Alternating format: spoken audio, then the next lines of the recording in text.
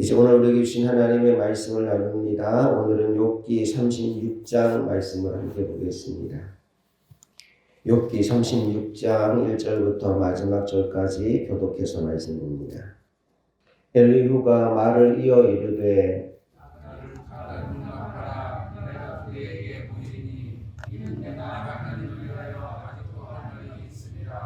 내가 먼 데서 지식을 얻고 나를 지으신 이에게 의를 돌려보내리라.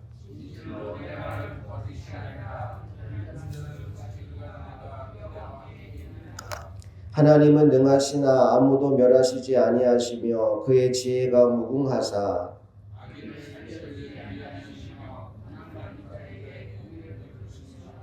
그의 눈을 의인에게서 떼지 아니하시고 그를 왕들과 함께 왕좌에 앉히사 영원토록 존귀하게 하시며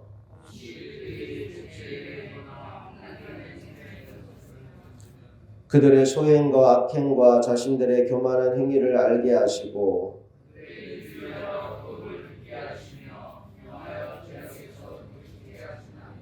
만일 그들이 순종하여 섬기면 형통한 날을 보내며 즐거운 해를 지낼 것이요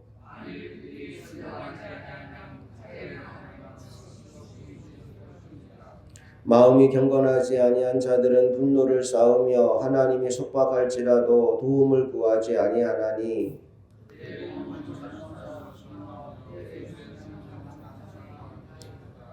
하나님은 곤고한 자를 그 곤고에서 구원하시며 학대당할 즈음에 그의 귀를 여시나니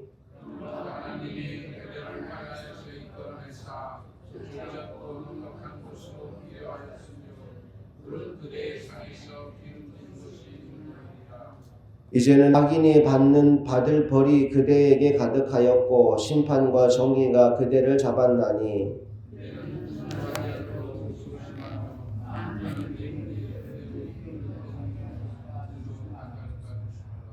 그대의 부르짖음이나 그대의 능력이 어찌 능히 그대가 곤고한 가운데에서 그대를 유익하게 하겠느냐.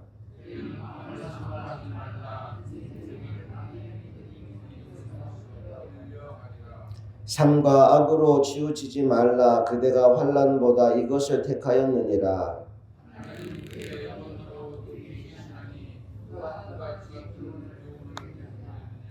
누가 그를 위하여 그의 길을 정하였느냐. 누가 말하기를 주께서 불의를 행하셨나이다 할 수 있으랴.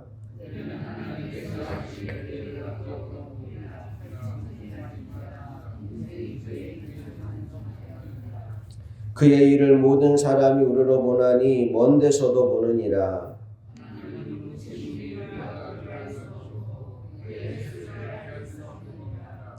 그가 물방울을 가늘게 하시며 빗방울이 증발하여 안개가 되게 하시도다. 겹겹이 쌓인 구름과 그의 장막의 우레소리를 누가 능히 깨달으랴.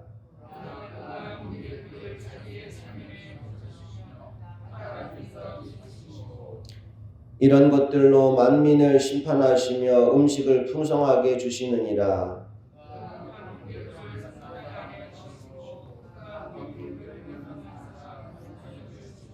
함께 읽습니다. 그의 우레가 다가오는 폭군을 알려주니 가축들도 그 다가옴을 아느니라. 아멘.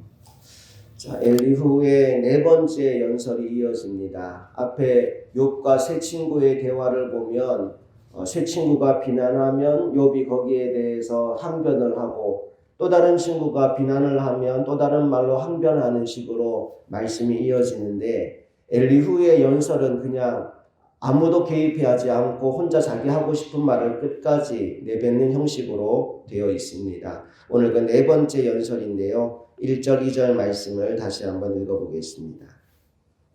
시작. 엘리후가 말을 이어 이르되 나를 잠깐 용납하라. 내가 그대에게 보이리니 이는 내가 하나님을 위하여 아직도 할 말이 있습니다.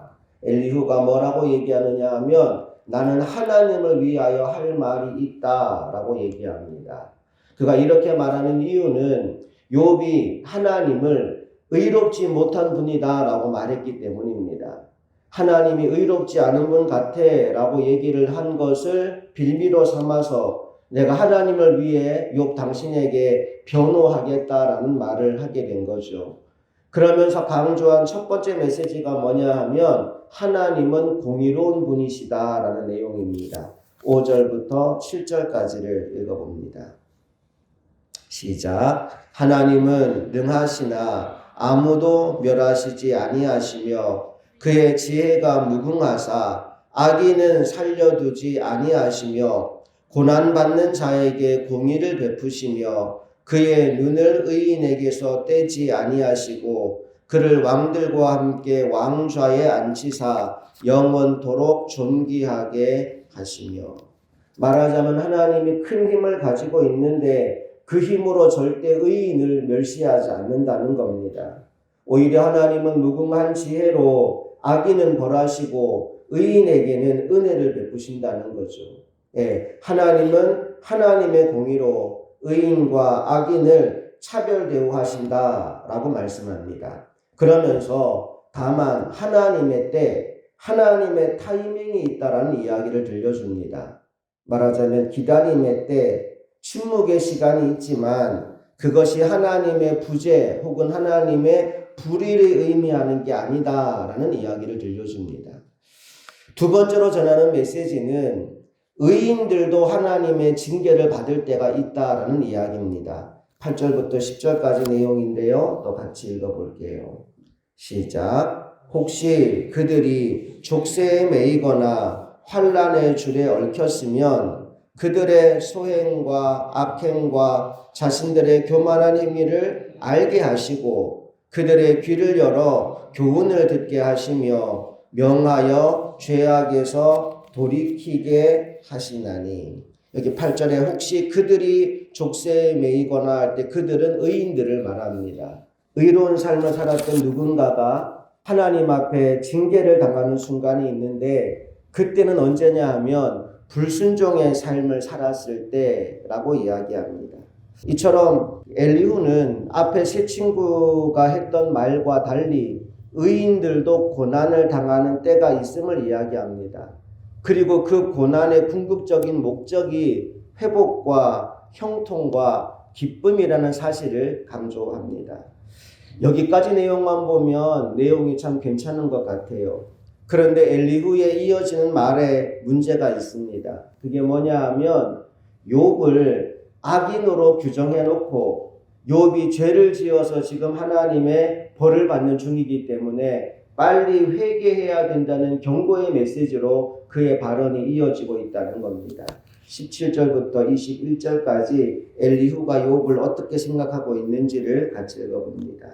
시작. 이제는 악인의 받을 벌이 그대에게 가득하였고 심판과 정의가 그대를 잡았나니 그대는 분노하지 않도록 조심하며 많은 뇌물이 그대를 그릇된 길로 가게 할까 조심하라.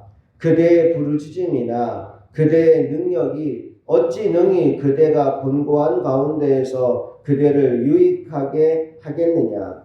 그대는 밤을 사모하지 말라. 인생들이 밤에 그들이 있는 곳으로 끌려가리라. 삶과 악으로 치우치지 말라. 그대가 환난보다 이것을 택하였느니라. 마치 욥이 악을 택하고 어둠을 좋아하여서 어둠의 삶을 즐기다가 지금 이 지경이 된 것처럼 이야기를 하고 있는 거죠. 여러분, 우리는 지금 다 알고 있지 않습니까? 욥이 어떤 죄를 범하거나 악을 행하여 벌을 받고 있는 게 아니거든요. 그런데 엘리후는 마치 자기가 다 안다는 듯이 욥을 악인으로 딱 규정해 놓고 자기 마음대로 해법까지 제시해 주고 있는 겁니다. 이건 잘못된 거죠. 빙산의 일각이라는 말이 있습니다. 겉으로 드러나 있는 것만 보고 전체를 판단하면 안 된다라는 이야기를 할 때 쓰는 표현이 빙산의 일각입니다. 드러난 건 정말 조그마한 빙산이지만 그 수면 아래에 보면 어마어마한 빙하가 숨겨져 있는 것처럼 한 사람의 인생도 그 전체를 알기 전에는 함부로 속단하여 말할 수 없다라는 걸 우리에게 들려주고 있는 겁니다. 제가 예전에도 이런 말을 했던 적이 있는데요. 저 이 말을 참 좋아합니다. 부분적인 알은 오해를 낳고 전체적인 알은 이해를 돕습니다. 한번 따라해 볼까요? 부분적인 알은 오해를 낳고 전체적인 알은 이해를 돕는다. 누군가를 또는 어떤 상황에 대해서 부분적으로 알게 되면 오해합니다. 그런데 전체적인 것, 전후 배경과 전체 상황을 다 알게 되면 그래서 그랬구나 이해하게 됩니다. 나는 저와 여러분이 부분만 보고 오해하는 사람이 아니라 전체를 보고 이해해 줄 줄 아는 사람이 될 수 있기를 간절히 바랍니다. 그리고 우리가 어떤 사람 누군가를 정말 전심으로 이해하게 될 때 제대로 된 사랑을 시작할 수 있습니다. 고린도전서 13장은 흔히 사랑장이라고 부르잖아요. 우리 그 말씀 잠깐 찾아볼까요? 고린도전서 13장을 한번 찾아봅시다.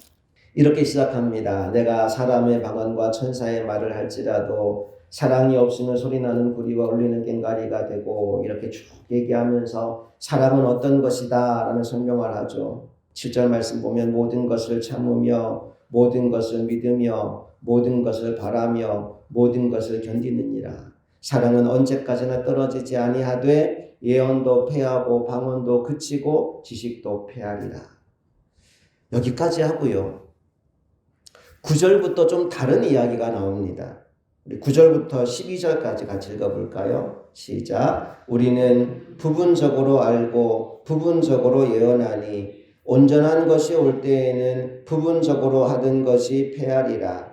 내가 어렸을 때에는 말하는 것이 어린아이와 같고 깨닫는 것이 어린아이와 같고 생각하는 것이 어린아이와 같다가 장성한 사람이 되어서는 어린아이의 일을 버렸노라. 우리가 지금은 거울로 보는 것 같이 희미하나 그때에는 얼굴과 얼굴을 대하여 볼 것이요. 지금은 내가 부분적으로 아나 그때에는 주께서 나를 아신 것 같이 내가 온전히 알리라. 사실 저는요, 이 고린도전서 13장 말씀을 읽어 나가다가 9절 이하의 말씀에서 딱 막혔던 적이 있어요. 무슨 얘기냐 하면 앞에서 사랑은 무엇이다라는 이야기를 쭉 합니다. 4절 이하에서 사랑은 오래 참고 사랑은 온유하며 사랑은 이러이러하고 사랑은 이러하다. 그리고 나서 13절로 이어지면 괜찮아요. 그런즉 믿음, 소망, 사랑 이 세 가지는 항상 있을 것인데 그 중에 제일은 사랑이다 하면 굉장히 문맥이 매끄럽습니다. 사랑에 대한 정의를 내리고 그렇기 때문에 사랑이 제일이야로 끝나면 되는데 갑자기 9절부터 이상한 이야기가 나와요. 부분적으로 알고 부분적으로 예언한다. 온전한 것이 오면 부분적인 것이 폐하여진다. 어릴 때는 말하는 것도 생각하는 것도 어린아이 같았는데 지금은 내가 어린아이 같지 않다. 지금은 거울로 보는 것 같은데 나중에는 얼굴과 얼굴을 맞대어 보게 될 것이다. 이런 이상한 얘기가 중간에 삽입되는 겁니다. 그리고 나서 결론적으로 믿음, 소망, 사랑 이 세 가지는 항상 있는데 그 중에 제일이 사랑이다로 끝이 나는 거예요. 아니 이 얘기가 왜 중간에 왜 들어왔지? 빼도 상관없을 것 같은데 그냥 아무 의미 없을 것 같은데 이런 생각이 들었던 적이 있어요. 근데 제가 아까 함께 따라하라고 했던 그 내용, 우리가 누군가에 대해서 부분적으로 알면 뭐 하게 된다고요? 오해하게 되지만 전체적으로 알면 이해하게 돼요. 그리고 제대로 이해하면 사랑하게 돼요. 하나님에 대해서도 부분적으로 알면 오해합니다. 욥이 지금 하나님을 부분적으로 알아요. 하나님의 전체를 아는 것이 아니라 부분적으로 하나님을 알아요. 그래서 오해합니다. 욥뿐 아니라 세 친구들도 엘리후도 하나님에 대하여 부분적인 지식을 가지고 있어요. 저와 여러분도 마찬가지입니다. 하나님에 대하여 우리는 부분적인 지식만 가지고 있습니다. 하나님이 알려주신 만큼, 보여주신 만큼만 우리는 하나님을 알아요. 부분적인 지식으로 내가 다 안다. 그때 교만해지는 거죠. 그때 우리는 심각한 잘못을 범할 수 있어요. 오늘 저와 여러분이 사랑의 사람이 되기를 원합니다. 사랑의 사람이 되기 위하여 반드시 필요한 것이 뭐냐 하면 제대로 아는 거예요. 부분적인 것을 알고 부분적인 것 때문에 내가 조금 안다고 아는 척하는 것이 아니라 전체를 알기 위하여 기다리고 기도하고 인내하는 시간들이 필요한 겁니다. 그렇게 전체를 알게 되면 그래서 그런 거구나 이해하게 되고 이해하면 사랑하게 되어 있습니다. 오늘 엘리후는 하나님을 위하여 내가 하나님의 변호사가 되어 욥 당신에게 이야기하겠다라는 말로 그의 발언을 시작했습니다. 그런데 하나님을 위하여 한다고 했던 그 말이 오히려 욥에게 상처를 주고 있고 하나님에 대하여 전혀 엉뚱한 결론을 내리는 것을 보게 됩니다. 우리도 하나님을 위하여 살아야 되겠지만 사랑의 마음으로 이 하루를 살아가기를 원합니다. 부분적인 것을 보고 부분적인 것 때문에 오해하는 사람이 아니라 전체를 알고 전체에 반응할 줄 아는 사랑의 사람들이 다 될 수 있기를 주님 이름으로 축복합니다. 함께 기도하시겠습니다.